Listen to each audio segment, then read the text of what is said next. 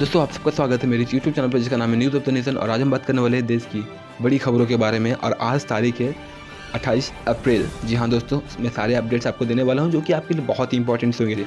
चलिए शुरू करते हैं दोस्तों आज की ताज़ा खबरों का। शुरू करने से पहले मैं आपको हेडलाइंस बता दूं, और हेडलाइंस जानना जो बहुत ज़रूरी है ताकि आप पूरी वीडियो देख सकें और आपको पता चले कि पूरी वीडियो में क्या क्या जानने को आपको मिलेगा। कह रही है कि अगले सप्ताह से कोरोना मुक्त जिलों में खत्म हो सकता है लॉकडाउन। क्या ये सच है? और फिर खुलेगा भी तो कहाँ कहाँ खुल सकता है ये बताऊंगा आपको मैं। और लॉकडाउन के दौरान वेतन देने वाले मामले सुप्रीम कोर्ट ने सरकार से मांगा जवाब। जी हाँ दोस्तों, आपको ये भी जानने को मिलेगा कि लॉकडाउन के दौरान आपका जो पेमेंट है वो आपको कम्प्लीटली मिलेगा या नहीं, और उसके ऊपर क्या चर्चा चल रही है वो भी आपको बताऊँगा। और उसके बाद अगले महीने मई में कितने दिनों तक बैंक खुले रहेंगे और कितने दिनों तक बंद रहेंगे, मतलब बैंक खुले रहेंगे या नहीं, ये भी बहुत बड़ा क्वेश्चन है। इसीलिए मैं आपको बता दूं ताकि आप अगले महीने के लिए अभी से तैयार हो जाए। और उसके बाद अगली खबर आ रही है कि अर्नब गोस्वामी पर जो सोनिया गांधी का आरोप लगा था, उन्हें पुलिस ले गई थी। उनके साथ क्या क्या पूछताछ की और कितने देर तक पूछताछ किया गया है उसके बारे में अपडेट है। उसके बाद महाराष्ट्र और गुजरात में क्या परिस्थिति है कोरोना वायरस को रिलेटेड वो बताया जाएगा। और लॉकडाउन के बाद क्या ट्रेनिंग खुलेंगी। पहली खबर ये आ रही है कि अगले सप्ताह से कोरोना मुक्त जिलों में खत्म हो सकता है लॉकडाउन। जी हाँ दोस्तों, बता दो आपको लॉकडाउन के चरणबद्ध तरीके से खुलने की तैयारी तो होने लगी है, लेकिन सब कुछ ठीक रहा तो भी आधे से ज़्यादा देश संभवतः प्रतिबंध में ही रहेगा। प्रधानमंत्री नरेंद्र मोदी से चर्चा में जहां अधिकतर राज्यों के मुख्यमंत्री भी कोरोना संक्रमण को देखते हुए लॉकडाउन बढ़ाने की बात कही, वहीं प्रधानमंत्री ने कोरोना के साथ जंग की तैयारी दुरुस्त रखते हुए अर्थव्यवस्था का पहिया चलाने का संकेत भी दिया है और राज्यों से अपने यहाँ इसका फॉर्मूला तैयार करने को भी कहा है। फॉर्मूला जैसे कि आप जानते ही हैं कि रिसेंटली यूपी में जो सील एरिया सील करने का या फिर हॉटस्पॉट को सील करने का जो तरीका निकाला गया था, वो यूपी का सरकार मतलब स्टेट गवर्नमेंट ने ही ये तरीका निकाला था। तो जी हाँ दोस्तों, ऐसे ही जो फार्मूले होते थे ऐसे ही फार्मूलों के बारे में केंद्र सरकार प्राइम मिनिस्टर मोदी ने कहा है कि ऐसे फार्मूलों का आप उपाय निकालें और क्या किया जा सकता है क्या नहीं, उसके बारे में आप हमें बताएं। जी हाँ दोस्तों, और उसके बाद अगली खबर ये आ रही है कि दोस्तों अगली खबर आपकी सैलरी, आपकी तनख्वाह के रिलेटेड है। जी हाँ दोस्तों, आइए जानते हैं क्या है। लॉकडाउन के दौरान वेतन देने के मामले में सुप्रीम कोर्ट ने सरकार से मांगा जवाब। जी हाँ दोस्तों, सुप्रीम कोर्ट ने लॉकडाउन के दौरान कर्मचारियों को पूरा वेतन देने के सरकारी निर्देश पर केंद्र सरकार ने जवाब मांगा है। हालांकि कोर्ट ने याचिका पर केंद्र को कोई औपचारिक नोटिस जारी नहीं किया है। मामले पर 2 सप्ताह बाद फिर सुनवाई होगी।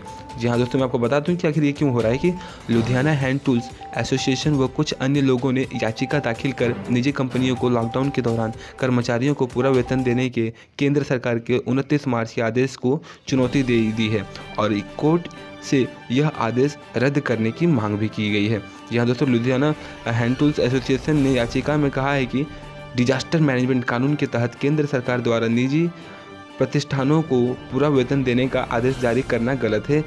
इससे संविधान में मिली व्यवसाय करने व बराबरी आदि अधिकारों का हनन होती है। याचिका में डिजास्टर मैनेजमेंट एक्ट 2005 की धारा 10(2)(i) की वैधानिकता को चुनौती देते हुए कोर्ट से केंद्र सरकार का गत 29 मार्च का आदेश रद्द करने की मांग की गई है।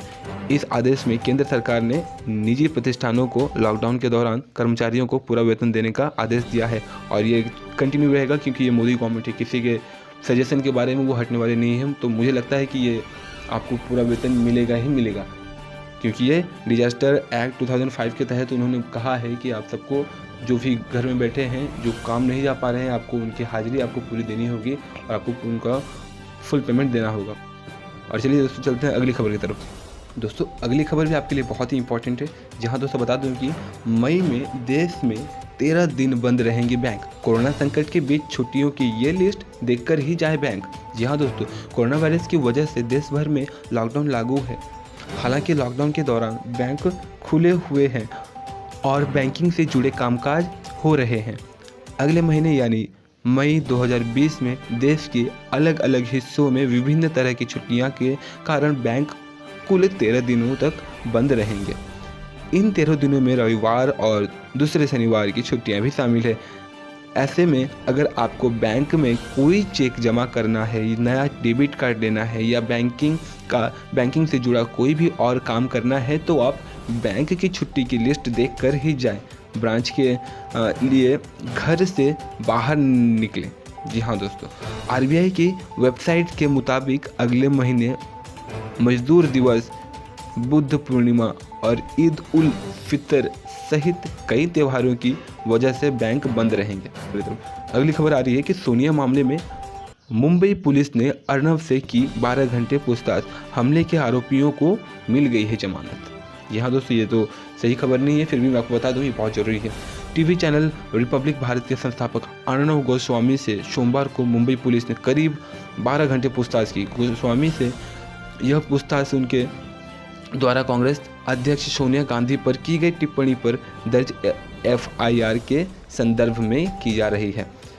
वहीं समाचार एजेंसी एएनआई के मुताबिक टीवी पत्रकार अर्नब गोस्वामी पर हमले के आरोपित दोनों युवकों को वोईवाड़ा कोर्ट में मेट्रोपॉलिटन मजिस्ट्रेट एसवी पिंपले ने जमानत दे दी। इसके बाद चलिए चलते हैं अगली खबर की तरफ। अगली खबर क्या है दोस्तों? अगली खबर ये है कि महाराष्ट्र और गुजरात में बिगड़ रहे हालात, तेजी से बढ़ रहे मामले। जाने क्या है राज्यों के हालात। हाँ दोस्तों, महाराष्ट्र में और गुजरात में तेजी से हालात खराब होते जा रहे हैं। दोनों राज्यों में लगातार संक्रमण के मामले बढ़ रहे हैं। मरने वालों की संख्या भी तेजी से बढ़ रही है। सोमवार को भी महाराष्ट्र में 522 नए मामले और 27 लोगों की मौत, और वहीं गुजरात में 247 नए केस मिले और 11 लोगों की जान गई है। एक दिन पहले की तुलना में महाराष्ट्र में नए मामले बढ़े हैं। 6000 से ज़्यादा लोग अभी तक पूरी तरह से ठीक हुए हैं। वहीं केंद्रीय स्वास्थ्य मंत्रालय की तरफ से जारी आंकड़ों के मुताबिक देश में अब तक 886 लोगों की मौत हो चुकी है और 28,380 लोग संक्रमित हुए हैं। अब तक 6,362 स्वस्थ भी हो चुके हैं। पिछले 24 घंटों में 1463 नए मामले सामने आए हैं और 60 लोगों की मौतें भी हो चुकी हैं।